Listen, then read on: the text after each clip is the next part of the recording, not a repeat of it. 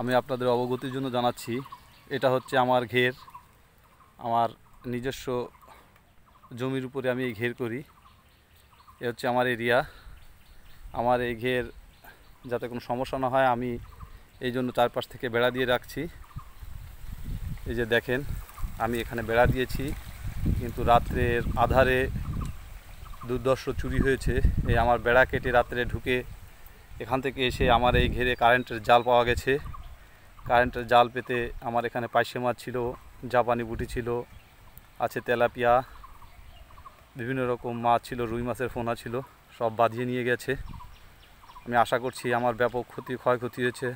আমি বাড়ি ছিলাম না, এই ফাঁকে এই কাজ করেছে।